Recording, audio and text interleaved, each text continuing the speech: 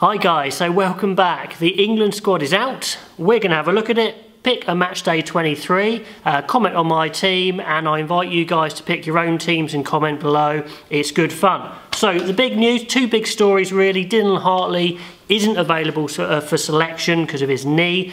So that debate over whether he starts or goes on the bench is not really there. So that kind of simplifies it in some ways. And the other big story is Danny Care is just left out. Now I think he's been playing fine for Harlequins. I haven't seen a big problem, so I can only think that Eddie Jones wants to look at Dan Robson, which is fair enough. He's somebody on this channel we have talked up quite a lot. He's similar to Danny Care in many ways. He's very quick. He's very experienced now, actually, without having played a lot of international. But yeah, I'd be interested to see him, but it is a bit of a kick for Danny Care. Whenever he's had a start for England, it just hasn't gone for him. So, you know, it's not the last we'll have seen of him at all, but big chance for Dan Robson for sure. Ben Earl is in, certainly covering the absence of Underhill, I would say, at 7. And a couple of other guys, Ollie Thorley, his form has really forced him into this squad as another winger. So it'd be great to have a look at him, maybe for the future. Probably won't make the World Cup, but really good to look at him there. Jack Singleton covering the third hooker slot. And we've got Devoto as well coming in. Good form for Exeter, possibly a different option at 12. And then we've got our big three back. We've got Mako back, we've got Billy Vunipola back, and Joe Launchbury. All massive players for England who have been missed in recent times, so that is huge. Farrell takes on the captaincy and will practice talking to the referee maybe a little bit better and you know, taking on that sole captaincy role there. So, straight onto the team. Front row, nice and simple. I think Mako, George and Sinclair, it's really good. I like this front row. It's a potential World Cup starting front row. There's just everything there. Power, pace, around the pitch, really good hands. Mako's come straight back in and he racks up man of the match performances for fun, that guy.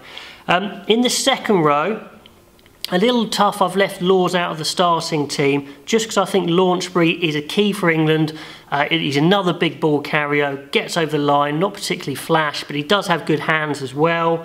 And he lets Otoje kind of roam a little bit and do a bit more of his athletic stuff. As I've said, I'm staying with Shields. I'm not convinced yet, fully yet, he is the real deal.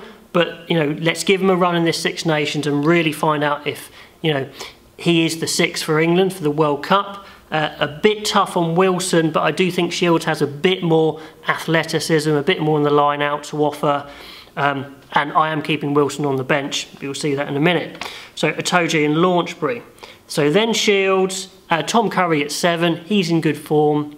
He's getting better all the time because he's young. He's can keep on maturing. I've already seen an improvement in him this year from last year. And Billy's back. Still a little bit of time to get his full match fitness up. I'm sure he's not going to enjoy this camp in Portugal at all. Then we've got Youngs and Farrell definitely starting at half-backs. And then in the centres, I've gone a little bit, not left field, but of a different selection. Tio staying at 12 for me. I think he's done well there. Then I'll let Manu Tuolangi play his favourite position at 13. I was concerned about his defence and his agility, but I think he's really improved his fitness drastically over the last few weeks, and I think he could do a job at 13, definitely, more than a job, and he would really scare the opposition. I don't think Slade's done enough to nail down his position, so I'm going Tio and Tuolangi in the centres. Then backing that up with Joe Thokanasiga on one wing, there's more power. So that's 3 huge power players. That really gives England an identity with Vunipola's in the pack, Launchbury. Now we're talking on the ball carrying. May has to stay on one wing. He's been playing so well. Definitely, I don't want to drop him at all. And I want to keep Daly going at full back to get him into that role. So that's my starting 15. So then the replacement front row is Moon, Cowan-Dickie and Williams. So literally bring on Exeter. Exeter have a fantastic set piece. They will come on very nicely as a unit, so I like that. Laws comes on as replacement second row. Really good impact player. Covers multiple positions as well. And then along with Wilson, hard as nails, covers all the back row positions. I like that as a replacement for the forwards. Then of course it has to be Robson, because he's the only scrum half in the squad at the moment. Ford's been playing really well for Leicester, which is great. So very happy to see him there, although of course we won't see Cipriani. Will we see him again later in the tournament? I don't know. Then the last spot's quite tricky. I toyed with Noel, and many will probably go with Noel, but I just think Slade's the man. He's played a lot for England recently. He's very comfortable with how all the systems work, and he can cover a multitude of positions, and he can come into the centre, especially if Manu Tuolangi's a little injury prone. Tio's had injuries.